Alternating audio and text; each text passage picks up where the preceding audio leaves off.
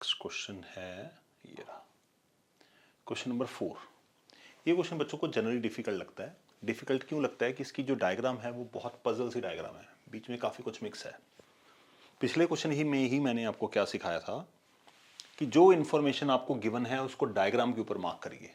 जितना ज़्यादा मार्क करेंगे आपका ब्रेन उतना जल्दी उस प्रॉब्लम को सोच पाएगा। तो क्या करेंगे हम यहाँ पे, देखते हैं क्या क्या गिवन है। पहले हमें गिवन है DE पैरेलल टू AC, तो DE पैरेलल टू AC, तो DE पैरेलल टू AC ये हमने मार्क कर दिया। Very well. दूसरी इंफॉर्मेशन है हमारे पास DF parallel to AE, DF parallel to AE। अब एक तरफ मैंने एक एक सिंबल मार्क किया है और दूसरी तरफ मैंने दो दो सिंबल मार्क किए हैं ताकि उनमें डिफ्रेंसिएशन हो पाए, नहीं तो फिर सिचुएशन में हमारे ब्रेन को बहुत मुश्किल होगी सोचने में। और हमें प्रूफ क्या करना है, BF upon FE, BF upon FE equals to BE upon EC।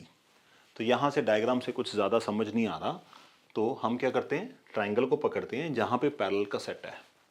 DF double arrow, AE double arrow. यहाँ से पता लग रहा है कि ट्राइंगल BAE में DF पैरेलल टू AE है। ये वाली सिंगल एरो वाली लाइंस को इग्नोर कर दो फॉर द टाइमिंग। अगर आप चाहें तो ट्राइंगल को कॉपी कर लें, यहाँ पे क्या दिक्कत है।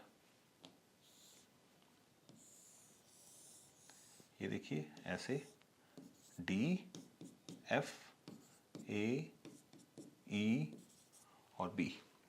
तो यहाँ पे देखेंगे आपके पास क्या आएगा, क्योंकि ये दोनों पैरेलल हैं, तो BF upon FE equal to BD upon AD आ जाएगा। तो इस तरह से हम क्वेश्चन को शुरुआत कर सकते हैं। लेट अस स्टार्ट विथ, तो जब भी आपने सिंबल जैसी मार्क की आपको क्वेश्चन दिखना स्टार्ट हो जाएगा।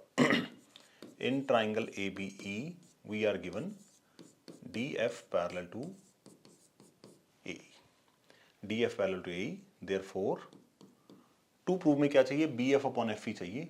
तो BF अपॉन FE एक पार्ट इसका एक पार्ट इसका।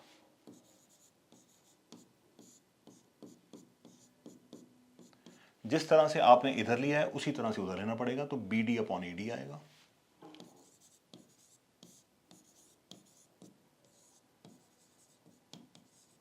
यूजिंग BPT एग्जाम में पूरा लिख दीजिएगा, ठीक है। फॉर द टाइमिंग प्रैक्टिस के लिए BPT लिखे कर लीजिए, कोई दिक्कत नहीं है। चलिए, तो क्वेश्चन में हमारी इन्वॉल्वमेंट किसकी हो गई बच्चों, BF अपॉन FE चाहिए था, तो BF अपॉन FE हमने यहाँ पे कर लिया जनरेट। अब दूसरा अपने को क्या चाहिए, दूसरा अपने को चाहिए BE अपॉन EC। देखते हैं दूसरा ट्राइंगल कौन सा है, सिंगल लाइन पैरेलल वाला, जहाँ पे सिंगल एरो हमने बनाया। तो इसकी डायग्राम भी यहाँ पे कोशिश करते हैं बना लेते हैं। ये सिर्फ आपकी अंडरस्टैंडिंग के लिए है, इतना सारा काम करने की ज़रूरत नहीं होती। ये सिंगल एरो मैंने बना दिए, तो ये A है और ये है B और ये है C, E एंड कहाँ तक जा रही है, D तक। तो उस पैरेलल लाइंस को पकड़ा है, वो सिंगल एरो थे, वो डबल एरो हैं। चलिए, तो कौन सा ट्राइंगल लेंगे, ABC। पैरेलल कौन सी आएगी, DE पैरेलल टू AC।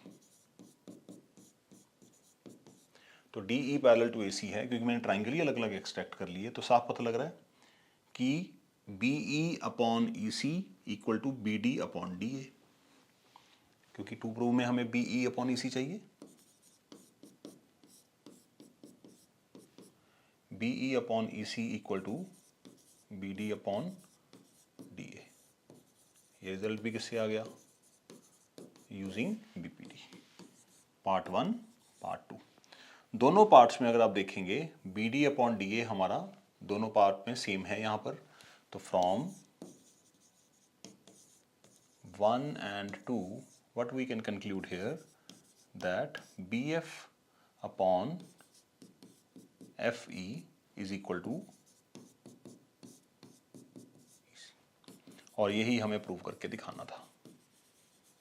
तो यहाँ से हमें क्या सीखने को मिलता है कि डायग्राम में अगर बहुत सारा मिक्स कंटेंट चल रहा है तो आप क्या कर सकते हैं, डायग्राम को तोड़ लीजिए, रफ में कॉपी कर लीजिए, कोई दिक्कत नहीं है। बिगिनिंग के लिए ये कोई बुरा नहीं है, ग्रेजुअली जब 2 बार क्वेश्चन करेंगे तो आपके हाथ में आ जाएगा, आपको ये सारा अलग अलग से ट्राइंगल बना के करने की ज़रूरत नहीं पड़ेगी।